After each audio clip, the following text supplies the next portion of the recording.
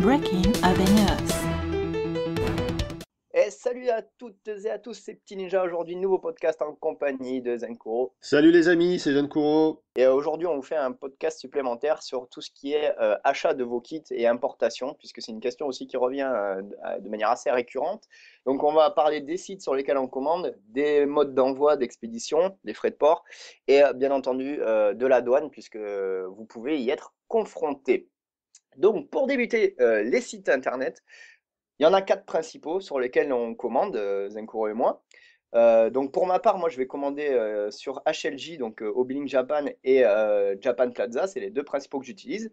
Et Zenkuro va utiliser ces deux sites ainsi que deux autres sites dont il va vous parler de Oui, suite. puisque je commande également régulièrement sur amiami.com ainsi que le site Hobbysearch. Voilà, donc ça va vraiment être les 4 sites principaux qu'on va utiliser. Donc rapidement, pour vous situer, ce sont des sites japonais, donc c'est au Japon. Par exemple pour HLJ, je sais que c'est une entreprise d'Américains qui sont implantés au Japon et qui expédient dans tout le monde en fait. Vous pouvez trouver une variété de kits, que ce soit du Gundam ou pas du Gundam. HLJ, ils font autre chose, hein, ils font pas que du kit plastique, hein, ils Ouais, font en aussi fait, concrètement, il y a que Japan Plaza qui fait quasiment que Hmm. du Gundam et quelques autres trucs de SF. Les trois autres sites qu'on vous a cités sont beaucoup plus généralistes. On va peut-être vous parler rapidement des avantages que présente chaque site. HLJ, moi, c'est un site que je connais depuis très longtemps. Effectivement, ils font beaucoup de choses, hein, de la maquette, du jouet, un petit peu de matériel, etc. Le gros avantage pour moi, c'est la possibilité enfin, c'est la gestion en fait des commandes, hein, tout simplement. Vous pouvez précommander quelque chose et puis par la suite revenir annuler comme vous le voulez, faire des précommandes, etc. Et puis vous avez le fameux private warehouse maintenant, dont on reviendra un petit peu plus tard, qui est quelque chose de très très pratique. Bon voilà, HLD c'est un petit peu la référence que tout le monde connaît et que tout le monde conseille parce que c'est quand même un très bon site. Ouais, tout à fait. Il est super bien foutu déjà. C'est Et vrai. comme tu disais, il est super pratique pour s'en servir, quoi, hein, pour faire ses commandes, sa gestion, ça. Enfin, il y a vraiment c'est vraiment bien classé. Par exemple, si on se concentre que sur le Gundam, hein, vous avez vraiment la section Gundam. Vous pouvez faire vos recherches par échelle ou par type, c'est-à-dire Master Grade, High Grade, tout C'est vrai ça. que Par série. Ouais, c'est bien foutu, hein, par le, série aussi. ouais, le référencement est très très bon sur le site. Le moteur de recherche est un petit peu moyen, Mm. mais le référencement est très bon. Et c'est vrai que C'est vraiment bien c'est un foutu. petit peu la base, j'ai envie de dire, lorsqu'on a envie de regarder. C'est un petit peu la vitrine numéro un chez LG quelque part. Ouais, et puis ils ont une grande variété de références, et ça c'est quand même pas négligeable, et c'est bien foutu. Japan Plaza va avoir pas mal de références aussi, mais c'est un peu plus fouillis. Alors si vous avez vraiment une idée de kit en tête, le mieux c'est de taper dans la barre de recherche le kit que vous cherchez, parce que si vous commencez à chercher manuellement et tout ça, eux c'est beaucoup plus fouillis. Ouais. C'est classé par échelle ou par type de grade, en fait, master grade ou high grade, des trucs comme ça. Mais ça va pas être classé par série. C'est-à-dire que vous cherchez un master grade, vous tapez Gundam, vous cliquez sur un centième master grade et paf, ça vous sort un gros pavé, une espèce de liste où vous avez tous les kits à la suite dans le désordre en fait. Donc Ouais. ça, vous pouvez avoir C'est- du seed, vous allez avoir du double zéro, puis du unicorn, et puis derrière vous allez retomber sur du double zéro. Enfin, c'est dans le désordre. Voilà, c'est un Ouais. peu le bordel. Mais l'avantage du site, c'est que au niveau des prix du Gunpla, je crois que c'est l'un, si ce n'est le moins cher du marché, en dessous de Exactement. HLJ. Ça, Ouais, ouais, c'est exactement. intéressant. Et bon, moi, j'ai testé une fois, c'est un site qui est sérieux, donc il y a pas de souci là-dessus. Ouais, j'ai testé deux fois, hein, c'est-à-dire Mm. que par rapport à HLJ, j'ai fait toutes mes commandes sur HLJ sauf deux commandes. Il y a deux commandes que j'ai passées chez Japan Plaza. Ils sont très sérieux, ils vous tiennent au courant de l'expédition, de l'acheminement, tout ça. Et c'est un peu plus rapide qu'HLJ au niveau de l'envoi standard, on reviendra dessus ça après. Chez HLJ, en envoi standard, il vous faut 3 4 semaines pour avoir un kit. Comment il s'appelle, chez Japan Plaza, ça met 2 à 3 semaines. C'est Ouais, un peu plus rapide. C'est l'avantage qu'ils ont. Et bien entendu, vous voilà. pouvez grappiller quelques euros. Déjà que HLJ sont assez intéressants sur les prix. C'est vrai que Plaza Japan, ils sont encore un peu moins chers qu'HLJ à quelques euros près, mais ça peut faire la différence. Ouais. Voilà. Puis, dans les autres sites, donc amiami.com, c'est un site très connu, je pense, de ceux qui aiment les figurines, hein. Là aussi, la recherche manuelle est vraiment pas évidente. Vaut Mm. mieux rechercher un kit en particulier. Par contre, là, les gros avantages, c'est que effectivement, à Miami est là aussi un peu moins cher que HLJ. En tout cas, sur tout ce qui va être kit hors Bandai, style Kotobuki, etc., c'est vraiment les meilleurs du marché. La gestion des commandes a été améliorée. Malgré tout, ça reste un petit peu en deçà de HLJ. Et ça reste un kit très sérieux et qui fait également du jeu vidéo. Donc vous pouvez très bien précommander également des jeux vidéo chez eux, il y a pas de souci, c'est du sérieux. Moi, c'est un site que je recommande, là aussi, en fonction des prix, ça peut être plus intéressant que HLJ. Enfin, dernier site sérieux que je peux recommander, c'est donc Hobby Search. Là, par contre, les prix sont supérieurs à la concurrence. Par contre, il arrive souvent qu'ils aient du stock là où les autres n'en ont pas. Ou également lorsque vous cherchez des choses un petit peu particulières, style du matériel. HLJ, c'est souvent difficile d'avoir le matériel en stock. Sur Hobby Search, c'est plus facile. Et puis ils font aussi, enfin moi un truc que j'aime bien, vous allez peut-être, ça vous intéresse peut-être pas, mais au niveau du ferroviaire, ils sont très bien achalandés. Moi en ce moment je fais les B-Train Shorty de Bandai, ça m'éclate, et de ce côté-là, il y a plus de choix pour tout ce qui est diorama, etc. Chez Hobby Search, donc un peu plus cher, mais malgré tout une adresse sérieuse. Voilà, c'était un petit peu les quatre sites principaux qu'on pourrait vous recommander, Petit Ninja et moi. On va maintenant évoquer un petit peu les différents types d'envoi pour que vous nous compreniez un petit peu comment ça marche. Exactement, mais je te coupe. Je voulais Ouais, juste faire une dernière précision en fait par rapport à ces sites-là et surtout à HLJ parce que bon, forcément c'est celui que j'utilise le plus et c'est aussi une question qui ressort souvent, c'est que souvent quand vous allez sur HLJ, et moi c'était une question que je me posais au début, je pense que tu dois t'en rappeler à mes débuts, je te posais aussi, je te l'avais déjà posé cette question, c'est que souvent quand vous allez sur HLJ, que vous cherchez un kit, vous allez avoir la mention back ordered en fait. Et en fait, bah, moi au début, je savais pas trop ce que ça voulait dire et on en avait déjà discuté tous les deux. Et vous êtes nombreux à me poser la question. En fait, le back order, en fait, c'est tout simplement l'article n'est plus en stock, mais ce n'est pas une rupture de stock. Parce que quand vous avez une rupture de stock sur HLJ, c'est marqué, il y a marqué out of stock en fait. Là, ça veut dire vraiment rupture de stock et pour l'instant, on ne sait pas du tout quand est-ce que le produit va être réapprovisionné. Le back ordered, ça veut dire qu'en fait, HLJ n'a plus le produit en stock dans leur entrepôt, mais ils sont en cours de réappro, c'est-à-dire qu'ils vont bientôt en recevoir d'autres, mais ils ne connaissent pas encore la date de réappro. Donc on vous met en général sous backorder 3-4 weeks, un truc comme ça. En gros, c'est 3-4 semaines de délai avant que le produit revienne. C'est une approximation. Et ouais, du coup, c'est quelque chose effectivement qui est vrai chez Miami. En fait, comme tu le dis, ils n'ont pas leur produit chez eux, mais ils peuvent le commander auprès de leurs fournisseurs. Et ça va être très variable d'un produit à l'autre. Ça peut mettre une semaine à être restocké, comme ça peut mettre un mois et demi. c'est ça. C'est très variable, on peut pas savoir. Au pire, vous pouvez essayer de leur faire un petit mail pour avoir de l'information, mais bon. C'est vraiment très très variable et c'est vrai que notamment on va dire en Gunpla, ce qui intéresse la majorité d'entre vous, souvent ce qu'il faut préciser, lorsqu'un kit vient de sortir, il est en rupture entre guillemets dans les 2 3 semaines qui suivent la sortie officielle parce qu'il y a eu beaucoup de précommandes. C'est ça. Mais paniquez pas, hein, le Gunpla c'est quelque chose que Bandai réédite très régulièrement, donc n'allez pas vous jeter sur un kit, on va dire que vous verriez sur eBay à prix fort alors qu'il est marqué backordered sur HLJ. Non, non, hein, en général les kits sont réédités très régulièrement, donc vous avez toutes les chances de l'avoir le mois suivant, quitte Mm. à faire une petite précommande, hein, puisque sur HLJ vous pouvez commander un kit qui est marqué backordered, comme tu le disais, justement Mm.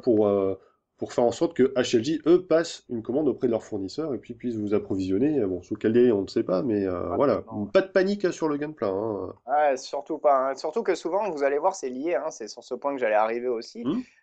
Vous êtes intéressé par un kit qui est en backordered. Ben, souvent, ben, quand ils vont l'avoir justement recommandé, puisque le backordered, c'est du réappro en fait, c'est pas C'est de la ça. rupture de stock comme je vous ai expliqué. En fait, souvent, ben, vous allez avoir le mois et suivi de la mention restock. Donc souvent, vous allez voir, il y a plein de... En ce moment, c'est le cas parce que là, il y a eu les fêtes de Noël, donc il y a eu une petite razzia. Mais souvent, vous avez marqué, par exemple, Feb Restock.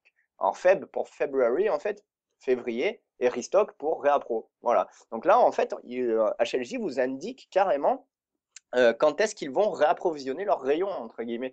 Donc ça aussi, prenez-le en compte. Et comme disait Zenkuro, vous pouvez faire une petite précommande, en fait. C'est-à-dire que c'est un kit qui est déjà sorti depuis quelques mois ou quelques années. On vous met, je dis n'importe quoi, donc Feb Restock, mais vous pouvez quand même le commander. vous le commandez et en fait, dès que HLJ va être réapprovisionné en ce kit, d'office, ils vont vous en mettre un pour vous. Il n'ira même pas dans le stock, il ira directement pour vous, donc soit dans votre private, soit chez vous. Et c'est ça qui est bien, donc c'est ce qu'on disait tout à l'heure, c'est bien foutu au niveau de la gestion des commandes. Du coup, euh, en plus, enfin, vous avez le choix, c'est ça que je voulais dire. Vous avez le choix de payer soit le kit de suite, donc c'est vraiment la précommande, vous payez, vous n'avez plus qu'à attendre que le kit soit réapprovisionné, ou alors vous pouvez le payer quand il va être donc présent dans le stock d'HLJ. Et ça peut être pas mal. Par exemple, si vous êtes sûr d'avoir les sous en janvier, mais pas trop sûr en février, vous pouvez le payer en janvier, comme ça vous le recevez d'office en février, ou à l'inverse, vous savez que vous aurez les sous en février, mais vous ne les avez pas de suite, vous le précommandez quand même, mais en signalant que vous paierez lors de la mise en stock du produit. Et ça, c'est vraiment pas mal. Il y a moyen de s'arranger. Hein. Je sais pas, je pense si tu t'en es déjà servi de ce système, Non, mais moi, c'est je un le sais. système que je connaissais pas. Moi, j'ai toujours payé au moment de l'envoi et pas avant. Donc, D'accord. Ben, en c'est quelque fait, chose que tu m'apprends. J'ai pas vu l'option. ouais, il y a deux. En fait, c'est ce qu'ils appellent. Alors, on va en parler rapidement. Hein. Sur HLJ, vous pouvez payer par PayPal. Donc, moi, je fais tout par PayPal. Ah oui, oui, Euh, oui, c'est le billing agreement, c'est ça dont tu C'est ça, parles? c'est exactement ça. Il y a deux D'accord. options. Il y a le billing agreement ou il y a le PayPal classique. Le billing agreement, en gros, vous rentrez vos infos PayPal, vous n'avez plus rien à vous occuper. C'est-à-dire qu'en gros, vous commandez, pam, vous cochez ça, bim, vous validez la commande, c'est fini, vous mettez les doigts dans les poches et vous attendez, ça se fait tout seul. Et en général, ça vous prélève dans la journée ou le lendemain. Ensuite, vous avez la méthode traditionnelle de PayPal. Et là, si vous cochez ça, c'est ce qui va vous permettre de payer vraiment le jour de l'expédition ou de la mise en stock enfin, du moins de la Mhm. mise en stock du kit. C'est-à-dire que, comme je vous l'ai expliqué, vous pouvez précommander le kit aujourd'hui. Il est restocké en février. Vous le paierez en février à la mise en stock d'HLJ, en fait. Et ça peut être intéressant. Ouais. Voilà. Et le deuxième gros avantage de HLJ sur ce type de précommande, c'est donc le private warehouse, puisque là, vous pouvez demander à HLJ de vous mettre les kits achetés ou commandés de côté, quelque part dans votre stock personnel chez HLJ, et de ne solliciter l'envoi des produits qu'au bout d'un certain temps, ça peut aller jusqu'à 2 mois maximum. Ce qui C'est vous ça. permet de commander plusieurs kits en même temps, d'attendre qu'HLJ ait tout reçu et de vous faire un seul envoi. C'est également très pratique lorsque par exemple vous avez envie de commander juste un petit kit à 300 yens. Moi ça m'arrive par exemple avec les Mekacols Yamato. Je vais pas me faire envoyer un truc qui coûte 300 yens pour payer 1000 yens d'expédition juste pour ça. Donc je le mets dans mon private warehouse et j'attends d'avoir commandé ou restocké un kit plus gros pour faire un envoi groupé. Ça c'est vraiment quelque chose qui est très très pratique. En plus, si vous avez beaucoup de choses dans votre private warehouse, ça vous permet de faire des combinaisons entre plusieurs kits pour faire de multiples envois et essayer de trouver la combinaison qui est la plus avantageuse en termes de coût d'envoi et de risque de douane. Mais ça, on le verra dans la À la suite du suite, ouais. podcast. Voilà, moi c'est quelque chose maintenant que j'utilise systématiquement, notamment parce que tous les mois, je commande le Hobby Japan, qui tombe tous les mois, donc c'est un gros magazine qui fait 1 kilo, on en a parlé entre nous pas plus tard que tout Mm. à l'heure d'ailleurs, Ouais. et c'est vrai que faire envoyer juste un magazine tout seul, c'est un peu dommage, alors j'aime bien attendre et rajouter une maquette dedans, histoire de payer un petit peu moins les frais de port.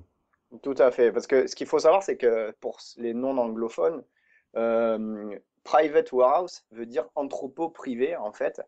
Et en gros, si vous voulez, c'est comme l'expliquait Zincoro, il y a une partie du vrai entrepôt d'HLJ où il doit y avoir des étagères, je suppose, ou un système de bac, un truc comme ça, où ils mettent votre référence client dessus et ils vous mettent vos kits à cet endroit-là pendant 2 mois. Donc ça, du coup, c'est vrai que comme tu dis, c'est un super avantage parce que du moins, on peut vraiment faire ses commandes comme on veut. Alors après, comme on disait, il y a 60 jours de délai maximum. C'est-à-dire que si vous n'êtes toujours pas décidé à comment envoyer quoi, à quel moment et de quelle manière, au bout de 2 mois, ils vont pas s'emmerder et ils libèrent la place. Hein, parce qu'il faut quand même qu'il y ait de la place pour tout le monde. Je pense qu'il y a des roulements, mais je pense que le private warehouse, il est quand même assez limité en place. Hein. Je pense pas qu'ils aient un entrepôt complet à dédier à ce système.